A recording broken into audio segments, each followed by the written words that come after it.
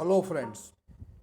आज हम first chapter का तीसरा लेक्चर डिस्कस करेंगे। हम जो बात कर रहे हैं that is non conventional machining process. Non conventional machining process में जो मशीन्स मैकेनिकल एनर्जी से ऑपरेट होते हैं उसी की हम बात कर रहे हैं। पहले दो लेक्चर में एब्रेसिव जेट मशीनिंग और वाटर जेट एब्रेसिव मशीनिंग की हमने बात की थी। So today we will discuss on ultrasonic machining. In this lecture हम बात करेंगे what is ultrasonic machining, that is introduction. Second, the equipment या machine, tool materials and tool size and abrasive slurry, cutting tool system design, effect of parameter, जो machining parameters है उसके ऊपर कौन कौन सी इफेक्ट होती है, effect of abrasive grain diameter, effect of applied static load, effect of slurry tool and work material, USM process characteristics, material removal rate, tool wear accuracy, surface finish applications, and finally advantages and disadvantages of USM. USM मतलब ultrasonic machining. So we are starting this lecture. सबसे पहले हम बात करेंगे principle. USM मतलब ultrasonic machining कौन से principle पे काम करता है।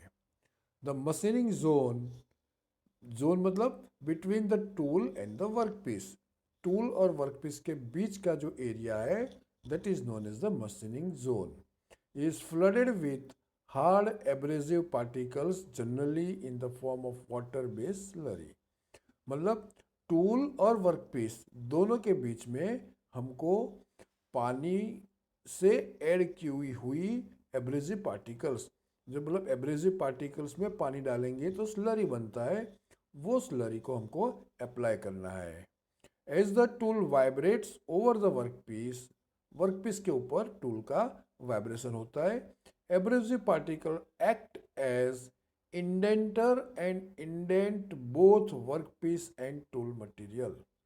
मतलब ये जो स्लरी है, एब्रेसिव स्लरी है, वो वर्कपीस और टूल के बीच में होती है। टूल का वाइब्रेशन होता है, वर्कपीस फिक्स होता है, and due to that slurry, abrasive slurry, workpiece और टूल ये दोनों के ऊपर कुछ इंडेंट्स आते हैं। इंडेंट्स मतलब उसकी इंप्रेशन होती है। Abrasive particles as they indent the work material would remove the material from both tool and workpiece, और उसी के कारण वर्कपीस के ऊपर से और टूल के ऊपर से मटेरियल का रिमूवल होता है। नाउ जैसे मैं आपको एग्जांपल देता हूँ कि आपके घर में नाइफ से कुछ कटिंग कर रहे हैं, फॉर एग्जांपल वेजिटेबल या फ्रूट्स। होता क्या है, फ्रूट का कटिंग होता है और जो नाइफ है वो ऐसी की ऐसी रहती है। वो विजुअली हमको लगती है ऐसी होती है, लेकिन over a period of time उसमें भी वियर होता है। सेम वे ये एब्रेसिव स्लरी जो टूल और वर्कपीस के बीच में है, उसका टूल का वाइब्रेशन के कारण वर्कपीस के ऊपर से मटेरियल रिमूव करती है और टूल के ऊपर से भी मटेरियल रिमूवल होता है। लेकिन टूल का जो मटेरियल है that is harder than the workpiece material, and due to that उसमें से जो मटेरियल रिमूवल होता है वो बहुत कम होता है।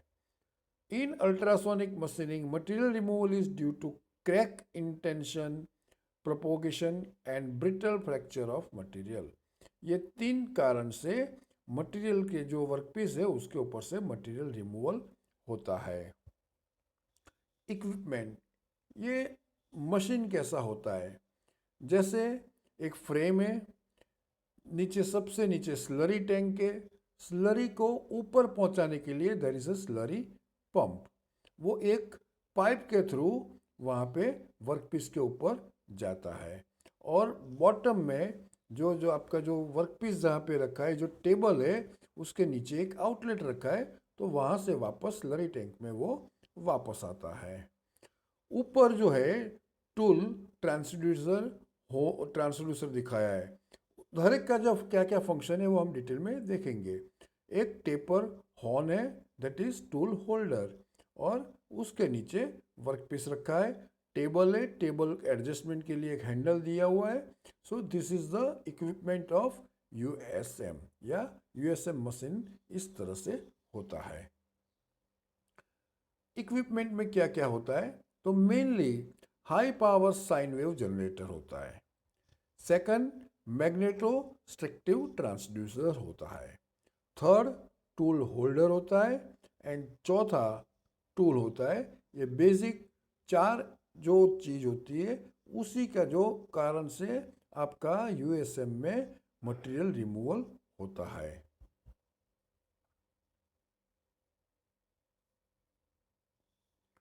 ये जो फिगर है वो वर्किंग कैसे करता है वो मैंने आपको दिखाया हुआ है। लेफ्ट हैंड साइड की फिगर में हम देखेंगे तो वाटर कूलर, कूलिंग वाटर ऊपर से आता है, और पूरा जो ये जो टूल कोन या जो जिसमें टूल कोन फिट किया हुआ है वो पूरे सिस्टम को वो ठंडा रखता है, और नीचे से वो कूलिंग वाटर बाहर आता है। एक्सट्रीम लेफ्ट साइड में देखेंगे तो वोल्टेज ऑफ अल्ट्रासोनिक फ्रीक्वेंसी, मतलब हमने उसको इलेक्ट्रिकल सप्लाई दिया हुआ है। एंड उसी के कारण ये जो एक वाइब्रेशन का जो टूल का मोशन है वो उसी के कारण होता है। सबसे टॉप में एक ट्रांसड्यूसर दिखाया हुआ है, वो एक्सटेंशन कॉइल है उसमें, और सिल्वर शोल्डर जॉइंट उसको ये ट्रांसड्यूसर कौन है उसका किया हुआ है। ट्रांसड्यूसर कौन जो है उसके अंदर टेपर टूल जो है होल्डर है वो लगाया हुआ है, और टूल होल्डर में टूल फिट किया हुआ है। जो सबसे नीचे है वो टूल का टिप है। टूल के टिप में जो भी साइज या आपका जो भी शेप का टूल टिप है वही इंप्रेशन सबसे बॉटम में रखा हुआ वर्कपीस में आता है। हम एनलार्ज किया हुआ पोर्शन देखेंगे। कौन सा एनलार्ज किया हुआ है, ये टूल टिप और वर्कपीस को हमने एनलार्ज किया है। तो टूल कौन है, जो राइट हैंड साइड में फिगर है वो है। नीचे है वो टूल टिप है, रेक्टेंगल दिखा हुआ है, उसमें दो उसमें खड्डे भी दिखाए हैं, और सबसे नीचे आपका वर्कपीस मटेरियल रखा हुआ है। In between we are supplying abrasive slurry. जो एब्रेसिव स्लरी टूल टिप और वर्कपीस के बीच में होती है, टूल का वाइब्रेशन होता है, उसी के कारण टूल में जो शेप है या जो उसमें इंप्रेशन हमने रखा हुआ है वही इंप्रेशन आपका वर्कपीस मटेरियल में आता है। हमने जो high power sine wave generator है उसका फंक्शन क्या है, तो उसका फंक्शन है this unit converts low frequency 50 hertz electrical power to high frequency 20,000 hertz electrical power.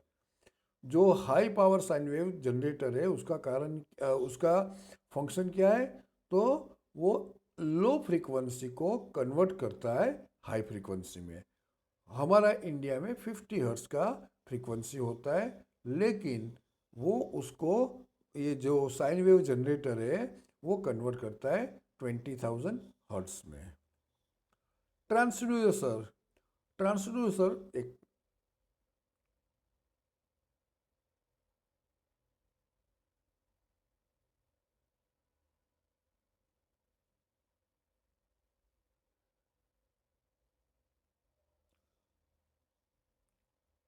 Transducer का फंक्शन क्या है, the high frequency electrical signal is transmitted to transducer which converts it into high frequency low amplitude vibration.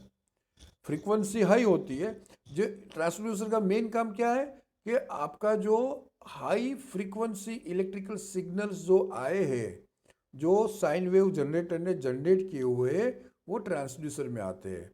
Now ये machine mechanical energy से या mechanical function से काम करता है।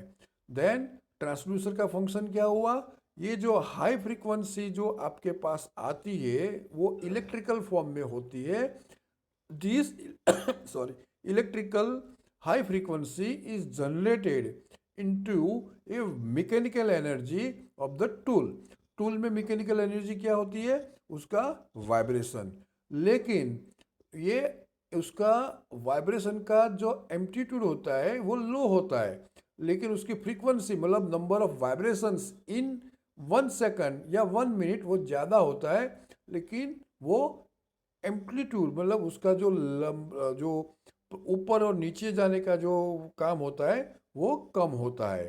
सो ट्रांसड्यूसर का मेन फंक्शन क्या हुआ, वो हाई फ्रीक्वेंसी जो सिग्नल्स आए हुए हैं उसको मैकेनिकल में कन्वर्ट करता है with A low amplitude with high frequency. Essentially, transducer convert electrical energy to mechanical vibration. There are two types of transducer used: piezoelectric and magnetostrictive transducer। Magnetostrictive transducer क्या होता है? These transducer are made of nickel या nickel alloys sheets। Their conversion efficiency is about 20 to 30%। Such transducers are available up to 2000 watts। The maximum change in length can be achieved is about 25 microns। Now, जो third unit था that is tool holder और horn. Tool holder को horn भी बोलते हैं। वो क्या है, the tool holder holds and connects the tool to the transducer. Transducer के अंदर टूल होल्डर होता है। It virtually transmit the energy and in some cases amplifies the amplitude of vibration. Mostly ये टूल होल्डर का काम फक्त tool को hold करने का होता है, और जो आपका ट्रांसड्यूसर से मैकेनिकल एनर्जी जो उसको वाइब्रेशन में कन्वर्ट होता है वो उसके साथ में वो भी वाइब्रेट होता है। Material of tool should have good acoustic properties, high resistance to fatigue cracking। Due measures should be taken to avoid ultrasonic welding between transducer and tool holder। Commonly used tool holders are Monel, titanium या stainless steel। Tool holders are more expensive so that it's a जो उसका जो operating cost आता है वो बहुत ज़्यादा होता है। Now tool. टूल क्या होता है, tool are made of relatively ductile materials like brass. क्योंकि उसका कारण क्या है, एक तो जो आपका टूल का मटेरियल होता है वो मटेरियल डक्टाइल होना चाहिए या वो इतना कॉस्ट में ज़्यादा नहीं होना चाहिए। So tools are made of relatively ductile material like brass, stainless steel और mild steel so that tool wear rate can be minimize. तो टूल वियर जैसे आपका टूल टिप और वर्कपीस के बीच में जो एब्रेसिव स्लरी होती है तो वो स्लरी के कारण वियर एंड टियर वर्कपीस का भी होता है, उसके साथ में टूल टिप का भी होता है। लेकिन if your tool material is ductile like brass, stainless steel और mild steel तो उसका टूल का वियर कम होता है और उसी के कारण आपका जो ऑपरेटिंग कॉस्ट है वो कम हो सकता है। The value of ratio of tool wear rate and material removal rate depends on kind of abrasive, work material and tool material. आपने टूल का मटेरियल कौन सा रखा है, वर्कपीस का मटेरियल कौन सा है और कौन सी एब्रेसिव स्लरी यूज की है, उसके ऊपर टूल वियर रेट और मटेरियल रिमूव रेट डिपेंड्स होता है। ये एक जो फिगर दिखाया हुआ है वो कैसे है, तो टॉप में जो रेक्टेंगल है that is tool and bottom वाला rectangle that is your workpiece. जो एब्रेसिव ग्रिट है वो राउंड शेप में मैंने दिखाया हुआ है। तो जो ग्रिट जैसे उसका डायमीटर है dB, तो और जो जो सर्कल टूल में कांटेक्ट होता है और वर्कपीस में कांटेक्ट होता है, आजू बाजू में भी एब्रेसिव ग्रिट है, मतलब तो वो जो ग्रिट है वो टूल को भी वियर करती है और वर्कपीस को भी। वो ग्रिट का जो साइज है उसी के हिसाब से टूल और वर्कपीस दोनों का मटेरियल रिमूवल होता है। Material removal models in USM.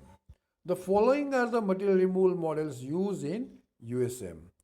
Throwing of abrasive grains, मतलब आप एब्रेसिव ग्रेन्स उसके ऊपर थ्रो करो। हैमरिंग ऑफ एब्रेसिव, हैमर भी करो। Cavitation in fluid medium arising out of ultrasonic vibration of tool and chemical erosion due to micro agitations. These four are the material removal models in the USM. Effect of slurry, tool and work material. ये तीनों चीज का क्या effect होता है? तो material removal rate increases with slurry concentration. आप में स्लरी में कॉन्सेंट्रेशन जितना आपने इंक्रीज किया इतना फास्ट मटेरियल रिमूवल रेट होता है। कॉन्सेंट्रेशन कैसे बढ़ाएंगे? तो वाटर और एब्रेसिव पार्टिकल से, उसमें एब्रेसिव पार्टिकल्स का कॉन्सेंट्रेशन आप उसको बढ़ाना पड़ेगा। Slurry saturation occurs at 30 to 40% abrasive water mixer, लेकिन एक लिमिट है उसका, दैट इज 30 to 40% आपको एब्रेसिव पार्टिकल्स रखने हैं और बाकी का वाटर मिक्सर रखना है। तो ये दो इस तरह से होना चाहिए कि सो दैट आपको ऑप्टिमम मटेरियल रिमूवल रेट मिले। Material removal rate drops with increasing viscosity, लेकिन ये थोड़ा घट या गाढ़ा हो जाएगा तो मटेरियल रिमूवल रेट कम हो सकता है। The pressure with which the slurry is fed into the cutting zone affects material removal rate. जिस हिसाब से, जो प्रेशर से आप उसमें स्लरी कहाँ पे डालते हैं? In between tool tip and आपका वर्कपीस। उसमें जितना ज़्यादा प्रेशर से आप स्लरी को थ्रो करेंगे इतना मटेरियल रिमूवल रेट आपका फास्ट होता है। Sorry, in some cases material removal rate can be increased even 10 times by supplying the slurry at increased pressure. मतलब अप टू 10 times वो आपका मटेरियल रिमूवल रेट बढ़ सकता है। The shape of tool effects the material removal rate. Tool का shape कैसा है उसके ऊपर भी आपका मटेरियल रिमूवल रेट डिपेंड करता है। Narrower rectangular tool gives more material removal rate compare to square cross section. बराबर, ये थी effect of slurry, tool and work material. आगे, conical tool gives twice material removal rate compare to cylindrical. The brittle behaviour of material is important in determining the material removal rate. Brittle material can be cut at higher rates than ductile. Ductile से brittle का आपका cutting का जो material removal rate है वो ज्यादा होता है। ये अल्ट्रासोनिक का एप्लीकेशन कहाँ कहाँ पे हो सकता है? तो machining of cavities in electrically non conductive ceramics. सबसे बड़ा उसका एडवांटेज है कि आप नॉन इलेक्ट्रिकल, मतलब नॉन कंडक्टिव मटेरियल है उसके ऊपर भी आप मशीनिंग कर सकते हैं। Use to machine fragile components in which otherwise the scrap rate is high. जहाँ पे फ्रेगाइल मटेरियल है, जिसमें जैसे मान लो कांच है, तो कांच में आप मशीनिंग करेंगे तो उसमें स्क्रैप या वो दूसरे मशीनिंग प्रोसेस से उसका जो आपको जिस हिसाब से आपको मशीनिंग चाहिए वो नहीं मिल सकता है और वो वर्कपीस रिजेक्ट होता है, अल्टीमेटली वो स्क्रैप होता है। जबकि अल्ट्रासोनिक में अगर इस तरह का मटेरियल के ऊपर आप मशीनिंग करेंगे तो उसका स्क्रैप रेट बहुत कम होता है। Use for multi step processing for fabricating silicon nitride turbine blades. Large number of holes of small diameters could be machine. मतलब नंबर ऑफ होल्स ज़्यादा है और डायमीटर छोटा है तो वो बहुत इजीली और बहुत स्पीडीली यहाँ पे हो सकता है। एक जो उसका जो वर्ल्ड रिकॉर्ड है that is 930 holes with 0.32 mm has been reported 1973 में using hypodermic needles used for machining hard brittle metallic alloys semiconductors glass ceramics carbides etcetera. ये जो मटेरियल है उसके ऊपर वो अच्छी तरह से आप उसमें अप्लाई कर सकते हो। Used for machining round, square, irregular shapes, holes, and surface impressions. Used in machining of dies for wire drawing, punching and blanking operations. जो डाई में आपको जो मशीनिंग करना है वहाँ पे आप ये अच्छी तरह से यूज कर सकते हो। USM can perform machining operations like drilling, grinding and milling operations on all materials which can be treated suitably with abrasives. USM has been used for piercing of dies and for parting off and blanking operations. USM enables a dentist to drill a hole of any shape on teeth without any pain. So these are the applications where we can use this type of USM operation. Ferrites and steel parts, precision mineral stones can be machined using USM. USM can be used to cut industrial diamonds. USM is for grinding quartz, glass and ceramics. Cutting holes with curve or spiral centers lines and cutting threads in glass and minerals or metalloceramics. ये थे उसके कहाँ कहाँ पे आप use कर सकते हैं। Now we will see the advantages of USM. It can be used machine hard, brittle, fragile and non-conductive materials. No heat is generated in work.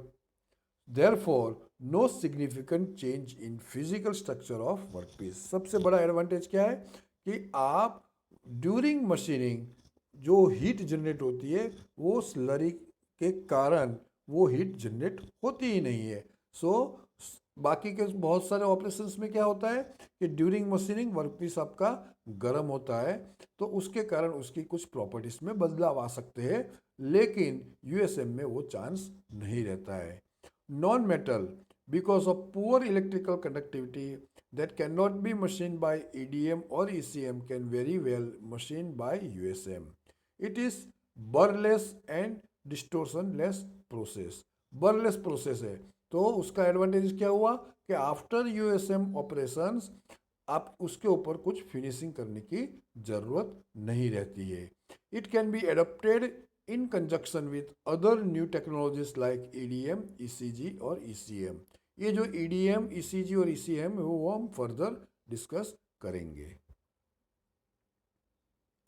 उसके साथ में उसके लिमिटेशंस या डिसएडवांटेजेस क्या क्या है। तो लो मटेरियल रिमूवल रेट, उसका जो मशीनिंग जो प्रोसेस है वो स्लो है। It is difficult to drill deep holes as slurry movement is restricted. Deep hole मतलब बहुत जो होल का जो डेप्थ है वो आपको ज़्यादा करना है तो वो डिफ़िकल्ट हो जाता है क्योंकि उसमें स्लरी का मूवमेंट होना थोड़ा कम रहता है। Tool wear rate is high due to abrasive particles. Tools made from brass, tungsten carbide, MS or tool steel will wear from the action of abrasive grit with a ratio that ranges 1:1 to 2000:1, 200:1. So उसमें tool wear भी आपका ज़्यादा होता है। USM can use only when the hardness of work is more than 45 HRC. आपका workpiece का hardness 45 HRC से ज़्यादा है तभी आप USM यूज़ कर सकते हो। Okay, thank you. ये जो दो क्वेश्चंस मैंने लिखे हुए you have to answer this questions. Explain ultrasonic machining with sketch and write advantages and limitation of ultrasonic machining. Thank you.